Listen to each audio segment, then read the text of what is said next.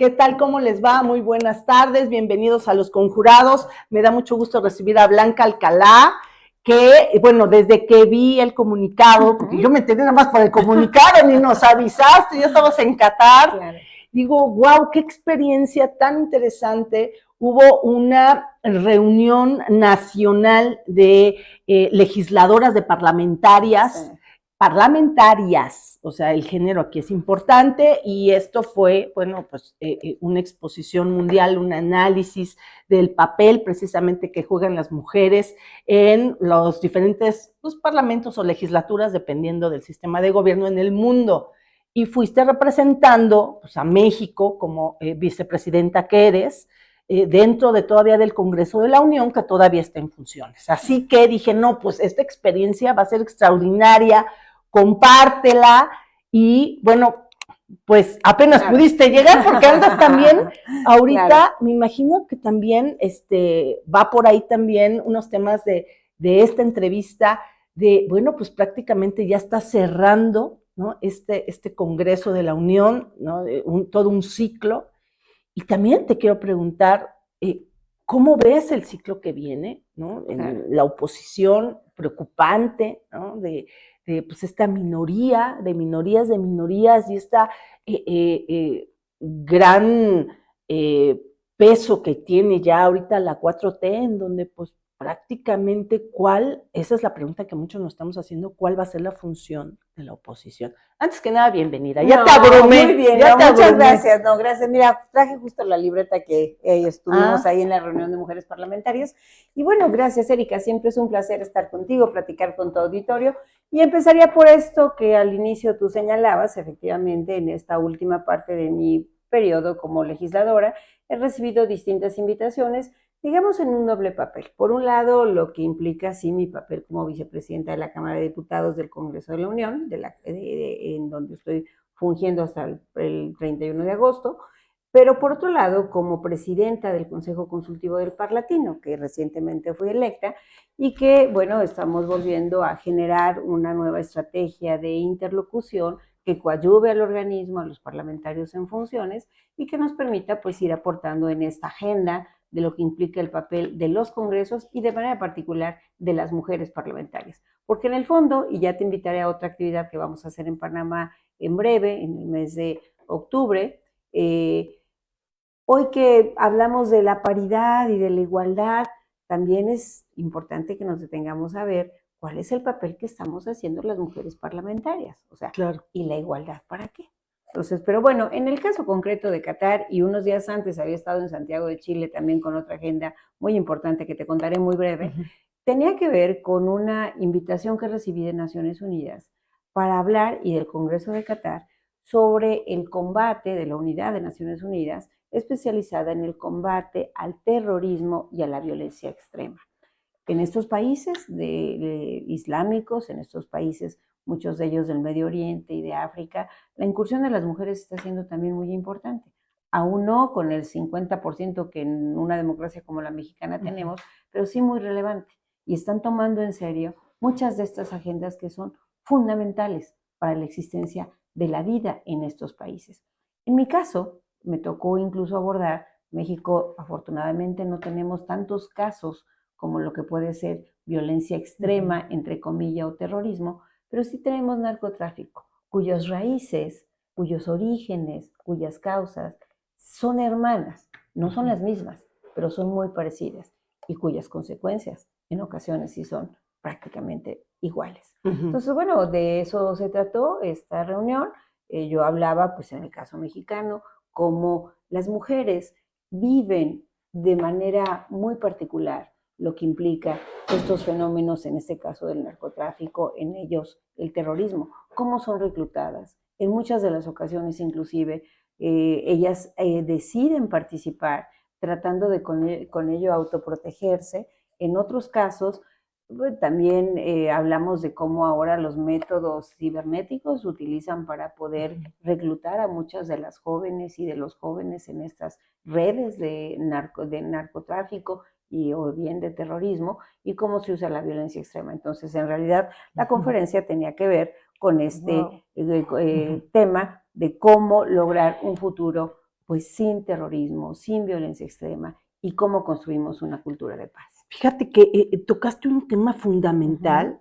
Fíjate cómo las mujeres están participando en estas cadenas de narcotráfico y que, bueno, por ejemplo, para Estados Unidos ya está intentando ser lo mismo, en la misma vía. El narco ya es terrorismo. Ellos ya lo están etiquetando así. No, y bueno, son a veces utilizadas, entonces a veces nos quedamos con un diagnóstico, digamos, demasiado modesto de la circunstancia que viven las mujeres, pero es mucho más amplio, es mucho más grave. Entonces tenemos que poner el foco en todos estos temas de la agenda. Y eso es parte de la razón por la que me invitaron a que yo hablara un poco de cómo veía el caso mexicano. Como en todos los casos, pues si tú me conoces, investigué, recuperé muchas estadísticas y permití hacer un balance blanco y negro de lo que esto representa y que en el futuro cercano nos va a permitir inclusive hacer un proyecto piloto con 3 países de América Latina que vincule el trabajo de parlamentarios o parlamentarias en funciones con lo que puede ser la cultura de paz y cómo prevenir muchas de las circunstancias en las que se ven involucradas las mujeres. A veces es por falta de información, a veces es por falta de recursos para salir adelante, a veces es porque, insisto, la tecnología hoy, para bien y para mal, y te voy a platicar hablar de la tecnología, la conferencia que días antes también estuve participando en Santiago de Chile también como ponente. En este caso se trató de un seminario cerrado de no más de 20 personas, yo fui la mexicana invitada en este caso, y que tiene que ver con la construcción de la agenda parlamentaria del futuro. ¿Por qué? Porque hoy vivimos un mundo de amenazas y también un mundo de desafíos como siempre.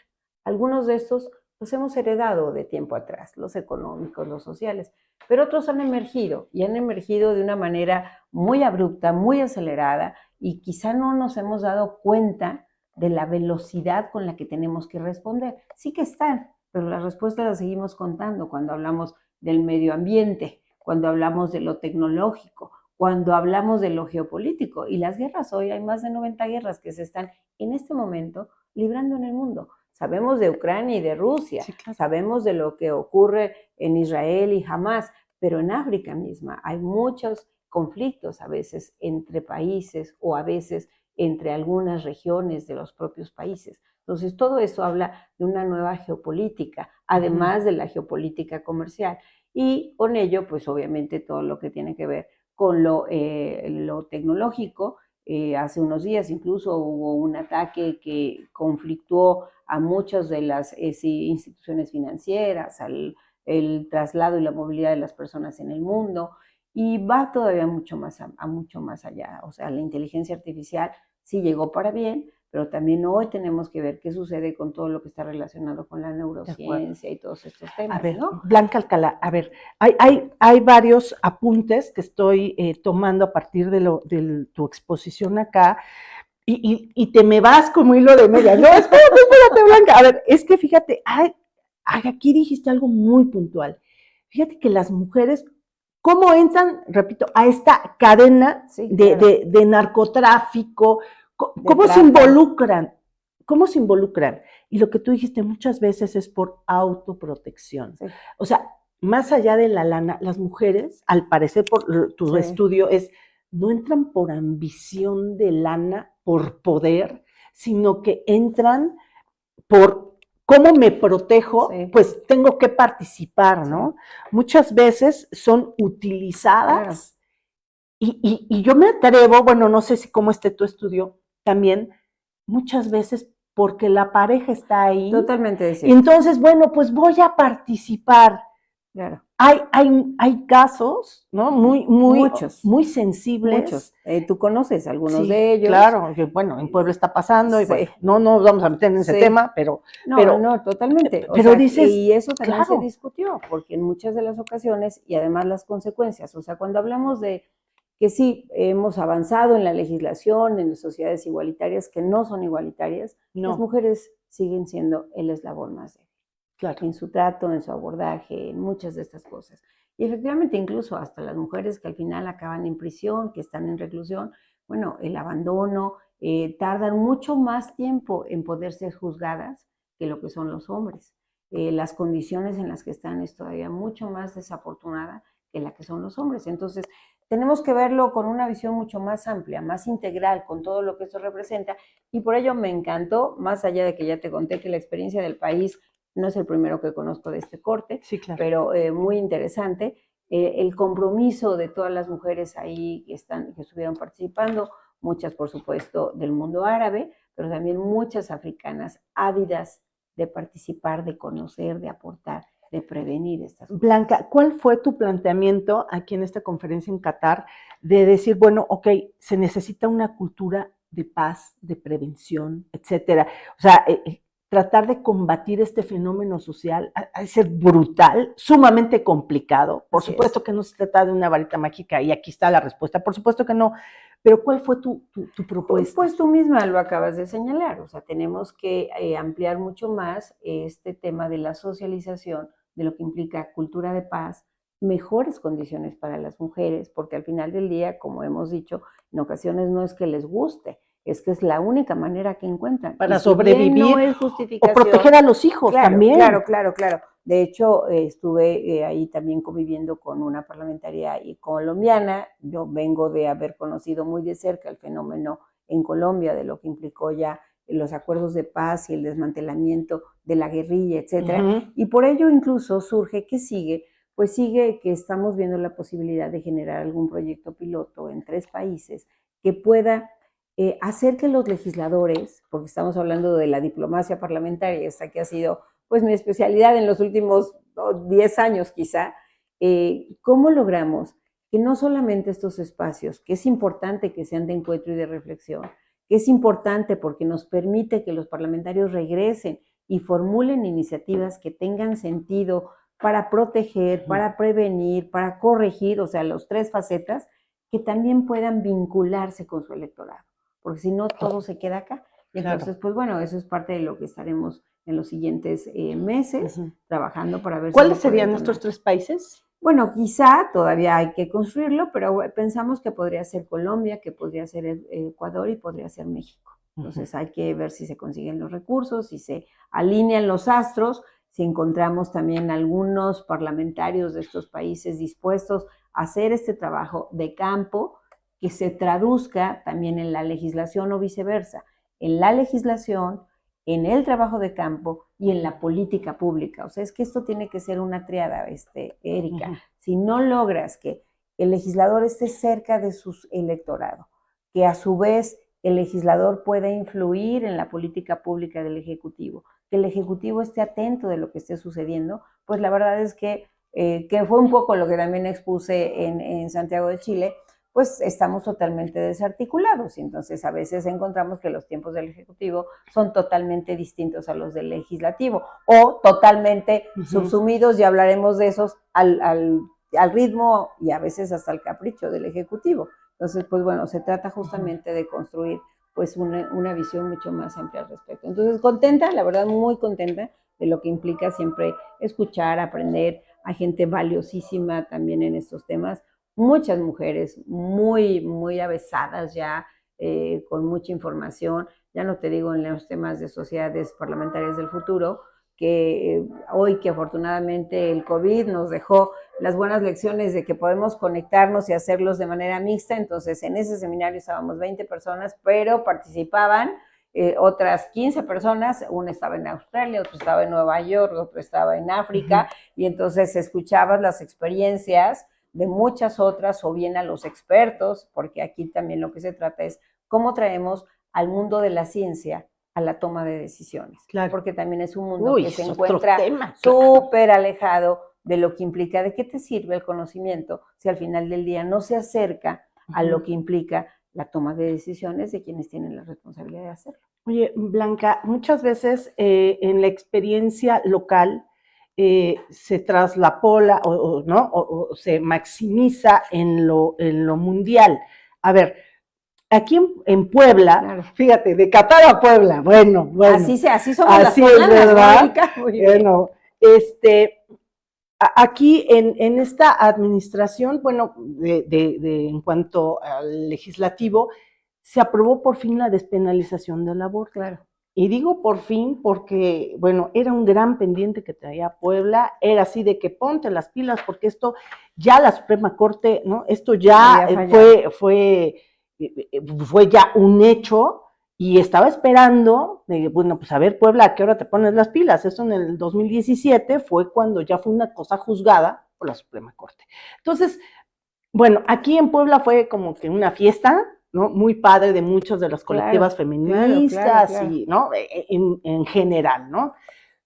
Pero bueno, esto habla también, digo, qué bueno que sucedió, digo, también hay que reconocerlo, qué bueno que por fin sucedió, pero híjole, o sea, costó un trabajar, ¿no? Claro. Entonces, y hago esta reflexión en el aspecto de que éramos la mayoría mujeres.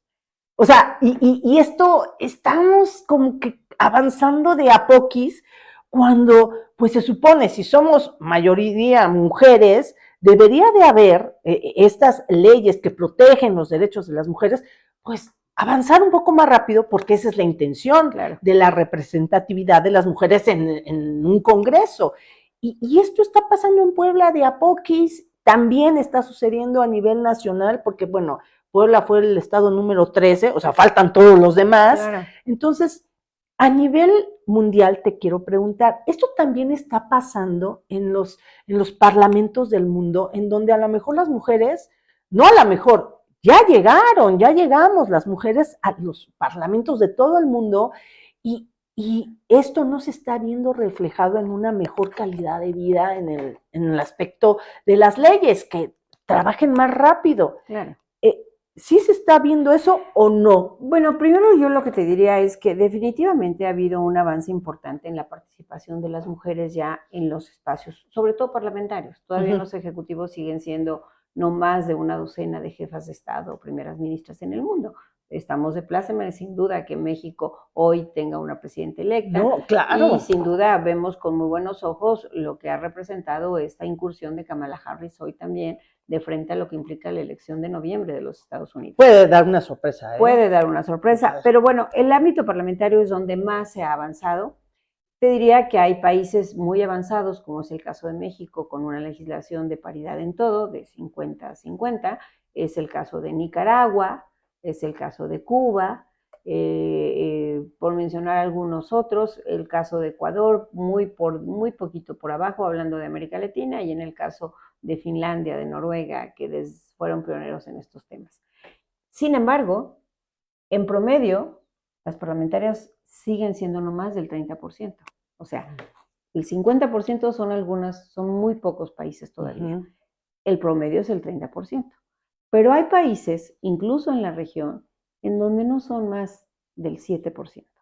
Siguen siendo muy pocas. Eso sería en cuanto a los temas cuantitativos. En cuanto a los temas cualitativos, tienes toda la razón. Y por ello, mi reflexión y la crítica que hoy como diputada he insistido muchas veces en igualdad, ¿para qué? Porque había ocasiones en que las mujeres mexicanas lograban más cosas en favor de ella cuando eran menos que cuando somos más. Cierto. Entonces, esto creo que es algo que no podemos perder de vista. Hoy, y lo dejaremos hacia el final, en el caso de mi partido, se aprobó una reforma que habla del 60-40, pero fíjate que tiene una gran falla. Habla de la palabra procurará, sustituyéndola por la palabra garantizará. Y eso, pues procurará, pues es como en el pasado, pues podrán ser más de 60, pero si no se dan, como solían hacerse, pues la verdad es que no estás garantizando lo que estás buscando de una sociedad igualitaria. Entonces creo que aquí ese será el gran desafío que tendremos las mujeres. Habrá muchos otros espacios donde se seguirá insistiendo en el tema y yo particularmente, sin cargo, tendré que seguir impulsando lo que ha sido mi causa, efectivamente construir una sociedad más igualitaria para las mujeres. Blanca, ¿por qué se está dando esto en el aspecto cualitativo? Porque, bueno, cuantitativo estamos de gane, o sea, qué padre, ¿no? El 50+1 en el caso de Puebla, ¿no? Claro. Digo, qué padre, pero esto realmente no se está viendo en esta celeridad de las leyes que protegen a las mujeres. Está la de 3 de 3, están muchas cosas que ahí están, pero que no se avanza. Claro. Primero, yo te diría que porque seguimos viviendo una sociedad patriarcal que está muy arraigada y que definitivamente no permite que se avance en muchos de los aspectos que definitivamente siguen siendo en desventaja. Acuérdate que incluso antes de que empezara la elección vine y te conté de este ejercicio que hicimos con las académicas de las universidades para el caso específico de Puebla, para que en algún momento haya por este acuerdo por las mujeres de Puebla en los temas de salud, en los temas de violencia, en los temas que tienen que ver con participación política, y que yo confío que en breve podamos entregárselos al gobernador electo, que no tiene otro propósito más que presentarle no solo el diagnóstico, esos abundan, sino un diagnóstico con semáforos muy claros, verde, amarillo y rojo, que nos permita decir en dónde estamos más mal y qué recomendaciones son las que se deberían de tomar. Y regreso a tu ejemplo de la despenalización del aborto, que es bien importante que lo insistamos. No se trataba de legalizarlo o de promocionarlo, se trataba de no seguir criminalizando a las mujeres. Y que hoy tendrá que ir de la mano con una política pública en materia de salud muy intensa. Y lo comentaba hace un par de días en una reunión que me invitaron de mujeres con algunas de las personajes, alguna amiga que va a tener un puesto seguramente importante en el próximo gobierno. A ver, imagínate el tamaño del desafío. Puebla es uno de los 5 estados en donde la maternidad entre adolescentes es altísima, está en los primeros lugares, en donde la mortalidad materno-infantil está en los primeros lugares. Entonces, la verdad es que, por un lado, ok, se tomó ya esta decisión de la despenalización, pero lo más importante es que entonces podamos ir procurando vida, y vida hacia las mujeres implica política pública en materia de planificación familiar, política pública en materia de salud materno-reproductiva, en fin, el desafío es enorme. Y ahí es donde creo que tenemos que lograr que el discurso pueda aterrizarse en los hechos. Insisto, y se los dije a mis compañeras en la Cámara una y otra vez, incluso cuando concluí el periodo legislativo, que también lo platicamos y que la prensa tomó muchas de mis palabras, porque la verdad es que en los temas importantes, en eso nunca nos pusimos de acuerdo. Sí, nos pusimos de acuerdo en las cosas adjetivas, pero en las cosas sustantivas, en las cosas que tenían que ver con el presupuesto para atender a las mujeres, nunca quisieron moverle ni un peso.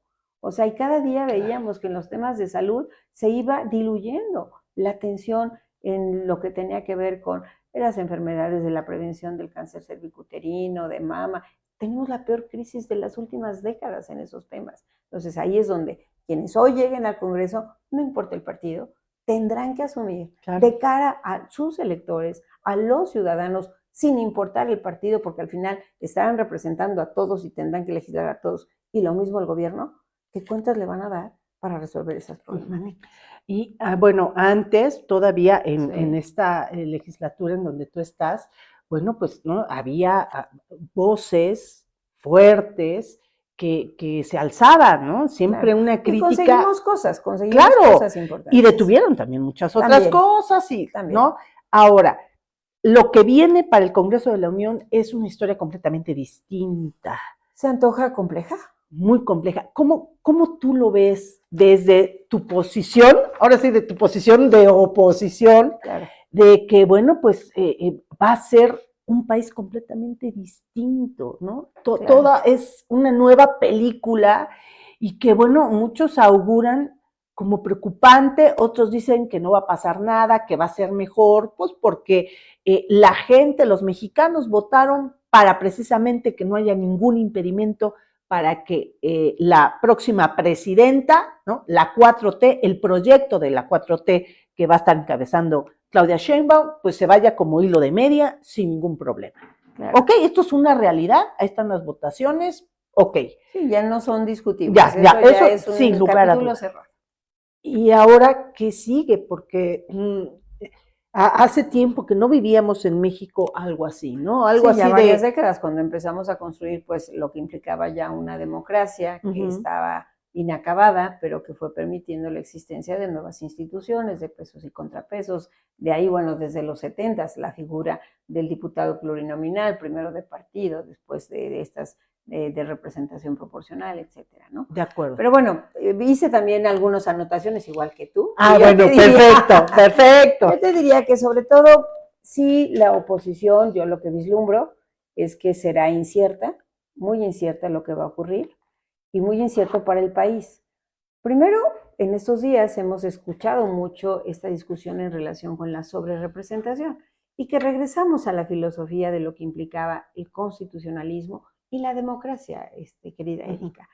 La verdad es que estos digamos, vilipendiados diputados de representación proporcional, siempre la filosofía de la que buscaban era lograr, por un lado, estos equilibrios, representar las voces del resto de la sociedad, una sociedad como la mexicana que es eminentemente plural, o sea, que somos muy diversos, heterogéneos desde nuestra propia construcción como nación. Y por supuesto, también en muchas de las ocasiones permitía que algunas de estas voces más especializadas, más experimentadas, con, digamos, una mayor carrera parlamentaria, pues pudieran tener cabida. ¿Por qué? Porque a veces, es mi caso, por ejemplo, pensando en esta última oportunidad, ya no estás tan en el territorio, pero te hace, ¿por qué? Porque además te obliga a que pues estés en la reunión de presupuesto, estés en la reunión de transparencia, estés en el órgano de gobierno, en la junta de coordinación o en la mesa directiva, y eso te implica estar todo el día, o sea, todo el día en la Cámara, o sea, no puedes estar yendo al distrito como puede ser el caso del diputado de distrito, ¿no? Entonces, de entrada, sí a mí me preocupa que hoy en esta, digamos, en esta interpretación que se está dando de lo que implica la asignación de los diputados de representación proporcional, pues efectivamente queden prácticamente no solamente diluidos, sino sin posibilidad alguna de que puedan ellos tener una presencia sólida legalmente hablando, constitucionalmente hablando. Ejemplos hay muchos de la historia reciente, ni siquiera del pasado. La discusión de la reforma de la ley eléctrica, por ejemplo.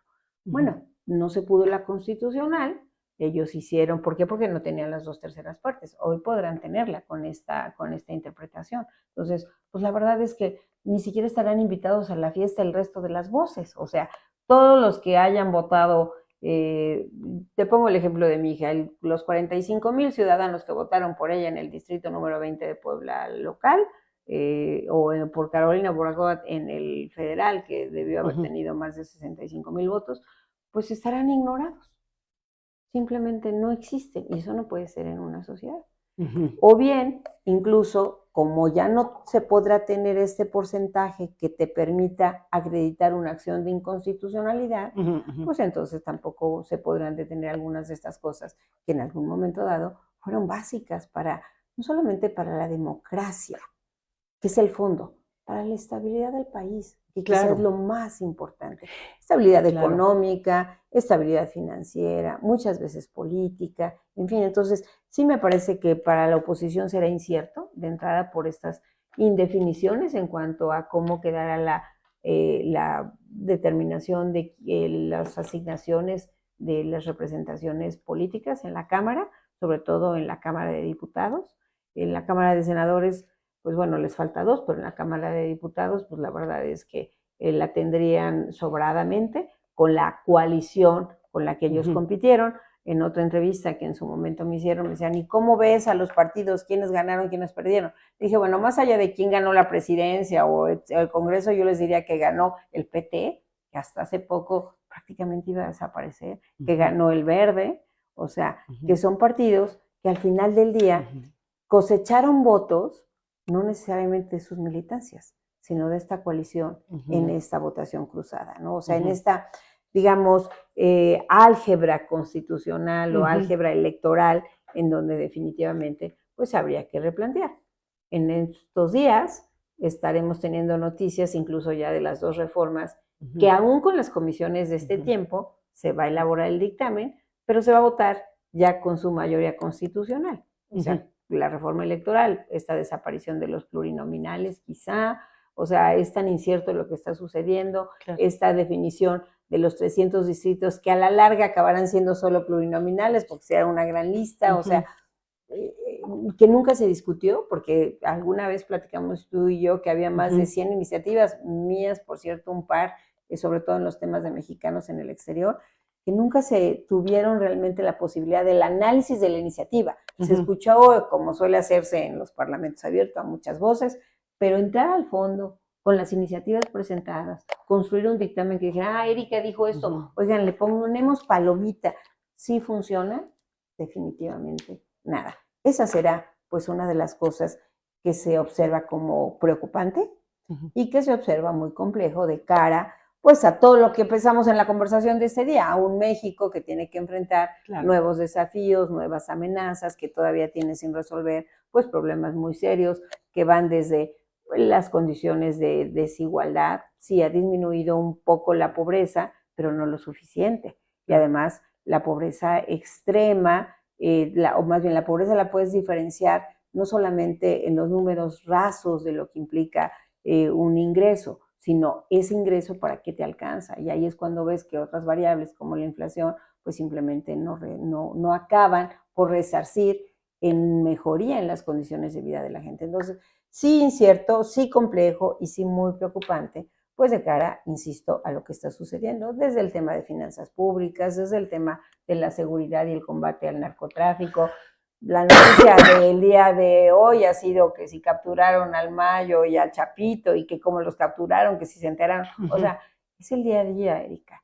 Entonces, todo eso que justamente en un sistema presidencialista el poder legislativo juega un papel tan importante como el judicial, pues lo veremos reducido a decisiones unipersonales. Es más, hasta preocupante para quien tenga que estar en esos zapatos de solo el poder ejecutivo, ¿no? Claro. Preocupante. ¿Por qué? Porque no tendrá pues esta posibilidad de intercambio, de diálogo, de contrapesos, que hasta en casa son necesarios. Incluso hasta qué responsabilidad el hecho de que, oye, todo lo que se produzca en México, absolutamente todo, lo bueno, lo malo, lo regular, todo va, ¿no? En una sola canasta. Entonces, decía Cosío Villegas, ni para echarle la culpa sexenal, ¿no?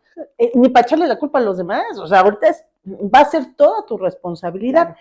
A ver, y en este sentido, volviendo al Congreso de la Unión, ¿cómo ves, Blanca, en tu expertise, el papel de la oposición va a ser meramente testimonial? ¿O ni eso? ¿O simplemente no se va a alinear y va a tratar de sobrevivir? ¿Tú cómo lo ves? La verdad no lo sé. Me encantaría que los nuevos legisladores puedan estar a la altura de las responsabilidades. Me encantaría que pudieran entregarse en cuerpo y alma a estudiar cada uno de los asuntos de la agenda legislativa, que por supuesto se alzara la voz y no fuera testimonial, y se tuviera la capacidad de diálogo y de interlocución, que muchas veces a mí me ha tocado, sí, a veces ser gobierno, pero también muchas veces me tocó ser oposición. Sí. Es más, yo te diría que incluso competir, casi siempre me mandaban siendo oposición. Sí. O sea, era como que la tónica, ¿no?, de mis experiencias electorales. Prácticamente todas las gané, a excepción de una, pero eso exige que los nuevos legisladores, en verdad, pues se pongan las pilas para no solamente ser, como tú lo señalas, testimoniales. Se ve complejo, se ve muy heterogéneo. Sin duda, qué bueno que haya un enlace más bien, qué bueno que haya nuevos cuadros, pero siempre he pensado que un enlace intergeneracional pues es sabio para poder ir abrevando en todas estas cosas. Me lamentaría mucho que no solamente fuera testimonial, sino que se subsumieran y se perdiera esta representatividad, que no es A, B o C, sino son los que enfrente de la urna se sentaron, se atrevieron a cruzar en favor de tu partido. Claro. O sea, sería realmente muy decepcionante para la gente y no estarían cumpliendo con su mandato. De acuerdo. Oye, Blanca Alcalá, ¿y qué viene para tu partido? ¿Qué viene para ti en tu partido? Mira, la verdad, pues el partido está ahorita en un proceso de renovación de dirigencias, hizo una reforma de la cual yo compartí, coincidí, sobre todo en su declaración de principios, participé en la parte de declaración de principios, ya no en la asamblea, no comparto muchas de las definiciones que se dieron, terminaré como suelo hacer mi responsabilidad como legisladora, prácticamente con ello también mi participación en el Comité Ejecutivo Nacional, y cuando termine esa responsabilidad habré de valorar qué sigue en la vida partidista, y más allá de ello, tengo claro que soy una mujer, digamos, política, por formación, por convicción, y en ese sentido, pues me gustará seguir impulsando desde otras trincheras, pues muchos de estos análisis, propuestas, construcción, que siempre hay, la verdad siempre hay espacio. Hoy mismo pues lo estaré haciendo desde el Parlatino como su presidenta del Consejo Consultivo. Habré de convocar junto con las parlamentarias en funciones en en octubre, noviembre, una reunión justamente de mujeres parlamentarias de alto nivel, en donde, entre otros temas, tendremos que abordar esto de igualdad para qué, tendremos que abordar los temas de empoderamiento económico, tendremos que abordar los temas que tienen que ver con el sistema de cuidados, que siguen siendo los grandes pendientes. Después habremos de tener en diciembre, por ejemplo, un diálogo para discutir los temas de democracia, partidos políticos y ciudadanía, porque al final son temas que no solamente hoy preocupan para México, en general para la región. 2024 fue una jornada electoral, un maratón de elecciones en toda la región y también en el mundo. Entonces, bueno, nos servirá para hacer un balance de cómo acabaron, qué sucede con los partidos. Los tradicionales prácticamente se han estado desdibujando. No es solamente el caso del mío, sino de muchos otros partidos. Seguramente surgirán nuevos partidos o nuevos movimientos y habrá que estar alerta desde dónde se puede contribuir de mejor manera. Siempre he pensado que en mi caso, pues se participa en un lugar no por posiciones, por convicciones. Y por otro lado, en mi caso, también siempre me he definido más por las causas que por los cargos.